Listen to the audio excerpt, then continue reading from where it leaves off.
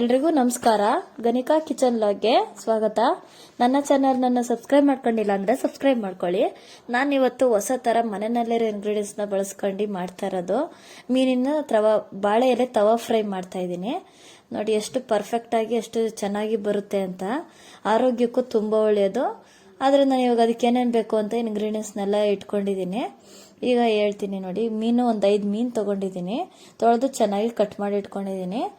ಒಂದು ಬಾಂಗ್ಡಾ ಮೀನು ತಗೊಂಡಿರೋದು ನಾನು ಇವಾಗ ಮೆಣಸು ಪೌಡ್ರ್ ತಗೊಂಡಿದ್ದೀನಿ. 1 ಸ್ಪೂನ್ ಅಷ್ಟು, 2 ಸ್ಪೂನ್ ಅಷ್ಟು ಕಾರ್ನ್ಫ್ಲೋರ್ ತಗೊಂಡಿದ್ದೀನಿ. ಸ್ವಲ್ಪ ಉಪ್ಪು ತಗೊಂಡಿದ್ದೀನಿ, ರುಚಿಗೆ ಎಷ್ಟು ಬೇಕಷ್ಟು ಉಪ್ಪು. ಕರಿಬೇವು ತಗೊಂಡಿದ್ದೀನಿ ಒಂದು ಸ್ವಲ್ಪ. ನಾನು ಒಂದು ಗೆಡ್ಡೆ, 1.5 ಗೆಡ್ಡೆ ಅಷ್ಟು, ಒಂದು ಚಿಕ್ಕ ಇಡಿ ಬೆಳ್ಳುಳ್ಳಿ, ಹಸಿಮೆಣಸಿನಕಾಯಿ, ಶುಂಠಿ, ಸ್ವಲ್ಪ ಕೊತ್ತಂಬರಿ 1 ಹಿಡಿಯುವಷ್ಟು, ಪುದೀನ 1 ಹಿಡಿಯುವಷ್ಟು ತಗೊಂಡಿದ್ದೀನಿ. ನಿಮಗೆ ಇದಕ್ಕೆ ನಾನು 5 ಮೀನಿಗೆ ಎಷ್ಟು ಬೇಕು ಅಷ್ಟು ಮಾತ್ರ ತಗೊಂಡಿದ್ದೀನಿ. ಇನ್ನೂ ಎಕ್ಸ್ಟ್ರಾ ಬೇಕು ಅಂದರೆ ಡಬಲ್ ಮಾಡ್ಕೊಳ್ಳಿ. ನೋಡಿ ಈ ರೀತಿ ಕಾರ್ನ್ಫ್ಲೋರು ಮತ್ತು ಮೆಣಸು ಪೌಡ್ರನ್ನ ಒಂದು ಪಾತ್ರೆನಲ್ಲಿ ಹಾಕ್ಕೊಂಡು ಇಟ್ಕೊಂಡಿರ್ತೀನಿ. ಮಸಾಲ ರೆಡಿ ಮಾಡ್ಕೊಳ್ತೀನಿ ನಾನು ಈಗ ಅದಕ್ಕೆ ಏನೇನು ಬೇಕು ಅನ್ನೋದು ಎಲ್ಲರ ಮನೆಯಲ್ಲೂ ಇರೋ ಇಂಗ್ರೀಡಿಯೆಂಟ್ಸ್ನ ಬಳಸ್ಕೊಂಡು ಮಾಡೋದು. ಇದೇನಿಲ್ಲ ಅಂದರೆ ಎಲ್ಲರ ಮನೆಯಲ್ಲೂ ಕೊತ್ತಂಬರಿ, ಪುದೀನ, ಶುಂಠಿ ಇದ್ದೇ ಇರುತ್ತೆ. ಇಷ್ಟೇ ಸಾಕು. ಮೇಯ್ನ್ ಏನಿಲ್ಲ ಅಂದ್ರೂ ನಾನು ಈಗ ರುಬ್ಕೊಂಡು ಬರ್ತೀನಿ. ಮಸಾಲೆ ರುಬ್ಕೊಳ್ತೀನಿ. ಬೆಳ್ಳುಳ್ಳಿ, ಶುಂಠಿ, ಮೆಣಸಿನ್ಕಾಯಿ 4 ತಗೊಂಡಿದ್ದೀನಿ ನಾನು. ಇದು ಖಾರಕ್ಕೆ ನಿಮ್ಗೆ ಇನ್ನೂ ಜಾಸ್ತಿ ಬೇಕು ಅನ್ನೋರು ಇನ್ನೂ ಜಾಸ್ತಿನೇ ಸೇರಿಸ್ಕೊಳ್ಳಿ. ನಾನು ಮೀಡಿಯಂ ಖಾರ ಕರೆಕ್ಟಾಗಿದೆ ಅಷ್ಟು ಮಾತ್ರ ಹಾಕ್ಕೊಂಡಿದ್ದೀನಿ. ನೀವು ಇನ್ನೂ ಜಾಸ್ತಿ ಬೇಕು ಅನ್ನೋರು ಜಾಸ್ತಿನೇ ಹಾಕ್ಕೊಳ್ಳಿ. ಇಲ್ಲ ಇನ್ನೂ ಕಡಿಮೆ ಬೇಕು ಅನ್ನೋರು ಕಡಿಮೆ ಮಾಡ್ಕೊಳ್ಳಿ. ಕರಿಬೇವು, ಕೊತ್ತಂಬರಿ, ಪುದೀನ ಇಷ್ಟು ಹಾಕ್ಕೊಂಡು ರುಬ್ಕೊಂಡು ಬರ್ತೀನಿ. ನಾನು ಇವಾಗ ಗಟ್ಟಿಗೆ ರುಬ್ಕೊಂಡು ಬರ್ತೀನಿ. ಚೆನ್ನಾಗಿ ನೀಟಾಗಿ. ಸ್ವಲ್ಪ ನೀರೇನು ಜಾಸ್ತಿ ಹಾಕೋದು ಬೇಡ. ಈ ರೀತಿ ಕಟ್ ಮಾಡಿ ಇಟ್ಕೋಬೇಕು. ಮೇಲ್ಗಡೆ ಕಟ್ ಮಾಡಬೇಕು ಹೊಟ್ಟೆ ಮೇಲೆ. ಮೀನ್ ಮಧ್ಯ ಒಂದೊಂದು ಏನಕ್ಕೆ ಅಂದರೆ ಮಸಾಲೆ ಒಳಗಡೆ ಹೋಗ್ಬೇಕಲ್ಲ ಅಂತ ಈ ರೀತಿ ತೊಳೆದು ಚೆನ್ನಾಗಿ ಉಪ್ಪು ಹಾಕೊಂಡು ತೊಳೆದು ಕಟ್ ಮಾಡಿ ಇಟ್ಕೊಂಡಿದ್ದೀನಿ. ಉಪ್ಪು ಹಾಕೊಳ್ಳೋದು ಏನಕ್ಕೆ ಅಂದರೆ ಸ್ಮೆಲ್ ಬರಲ್ಲ. ಇದು ಬಾಂಗ್ಡಾ ಮೀನು. ಈಗ ನೋಡಿ ಈ ರೀತಿ ರುಬ್ಕೊಂಡು ಬಂದಿದ್ದೀನಿ. 1 ಸ್ಪೂನ್ ಅಷ್ಟು ನಿಂಬೆ ರಸ, 1.5 ಸ್ಪೂನ್ ಅಷ್ಟು ನಿಂಬೆ ರಸ ತೆಗೆದು ಇಟ್ಕೊಂಡಿದ್ದೀನಿ. ಹುಳಿಗೆ ಅಂತ ಏನು ಇಟ್ಕೊಂಡಿರ್ಲಿಲ್ಲಲ್ವಾ, ನಿಂಬೆ ರಸ ಸೇರಿಸ್ತಾ ಇರೋದು. ನೋಡಿ ಈ ರೀತಿಯಾಗಿ ಎಷ್ಟು ಪರ್ಫೆಕ್ಟಾಗಿ ಬಂದಿದೆ. ರುಚಿಗೆ ತಕ್ಕಷ್ಟು ಉಪ್ಪು ಹಾಕ್ಕೊಳ್ಳೋದು ಅಂದರೆ ರುಚಿ ಅಷ್ಟು ಚೆನ್ನಾಗಿರುತ್ತೆ. ಆರೋಗ್ಯಕ್ಕೂ ಅಷ್ಟೇ ಒಳ್ಳೆಯದು. ನಾವು ಆದಷ್ಟು ಮನೆಯಲ್ಲಿರೋ ಇಂಗ್ರೀಡಿಯೆಂಟ್ಸ್ನೇ ಬಳಸ್ಕೊಂಡು ಮಾಡ್ಕೋಬೇಕು. ಅಷ್ಟು ಆರೋಗ್ಯಕ್ಕೆ ಅಷ್ಟು ಚೆನ್ನಾಗಿರುತ್ತೆ. ಪೌಡರ್ ಎಲ್ಲ ತಂದು ಮಾಡೋದಕ್ಕಿಂತ ಈ ರೀತಿ ಮಾಡಿಕೊಂಡ್ರೆ ಆರೋಗ್ಯನೂ ಚೆನ್ನಾಗಿರುತ್ತೆ, ರುಚಿನೂ ಚೆನ್ನಾಗಿರುತ್ತೆ. ಒಂದ್ಸಲ ನೀವು ಮಾಡ್ಕೊಂಡು ನೋಡಿ. ಈ ರೀತಿ ಮಿಕ್ಸ್ ಮಾಡಿಕೊಂಡು ಈ ರೀತಿ ನಾನು ಮೀನಿಗೆಲ್ಲ ಹಚ್ಚಿ ಇಟ್ಕೊಂಡಿದ್ದೀನಿ ನೀಟಾಗಿ.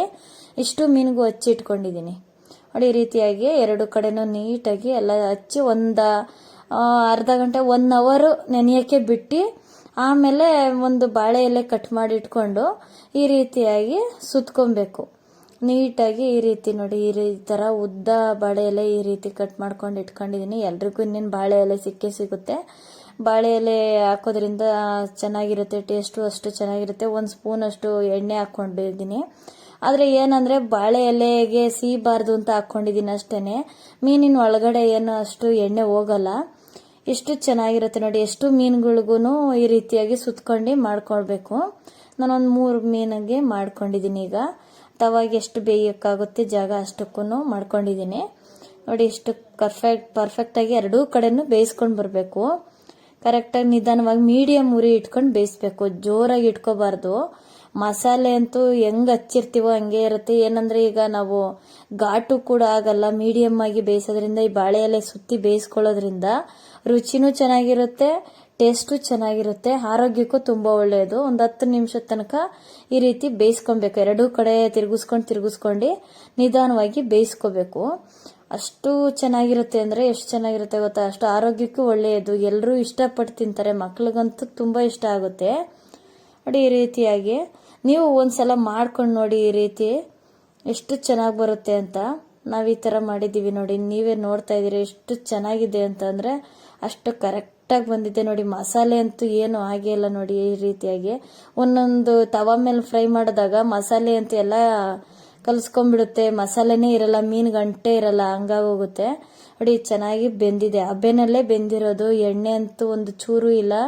ಅಷ್ಟು ಚೆನ್ನಾಗಿ ಬಂದಿದೆ. ಪರ್ಫೆಕ್ಟಾಗಿ ಬೆಂದಿದೆ. ಒಂದು 10 ನಿಮಿಷ ಬೇಯಿಸ್ಕೋಬೇಕು. ಮೀಡಿಯಂ ಉರಿ ಇಟ್ಕೋಬೇಕು. ಜೋರಾಗಿ ಇಡಬಾರ್ದು.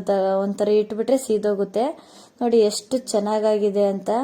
ಇಷ್ಟು ಮೀನುಗಳು ನೀಟಾಗಿ ಕರೆಕ್ಟಾಗಿ ಹದವಾಗಿ ಬೆಂದಿದೆ.